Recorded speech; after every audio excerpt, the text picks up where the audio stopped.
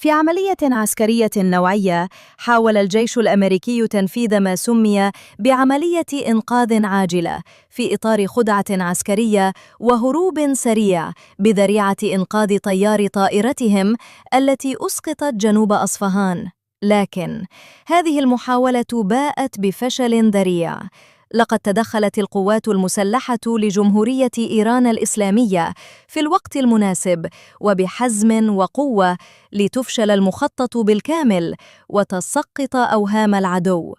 ووفقاً للتقارير الميدانية الدقيقة، وبعد مراجعات شاملة من الخبراء في موقع الحادث، تم تدمير طائرتين عسكريتين من نوع C-130 ومروحيتين من طراز بلاك هوك، وذلك بتوفيق الله العلي العظيم وبإرادة جنود الإسلام ونار الغضب المقدس التي اشتعلت في صفوف القوات المسلحة.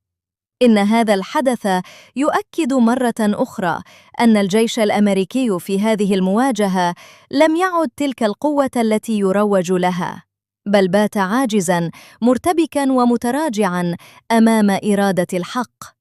واليوم يحاول رئيس الولايات المتحدة عبر الأكاذيب والحرب النفسية التهرب من واقع الهزيمة، لكن الحقيقة واضحة والوقائع على الأرض لا تخفى. إن القوات المسلحة لجمهورية إيران الإسلامية أثبتت تفوقها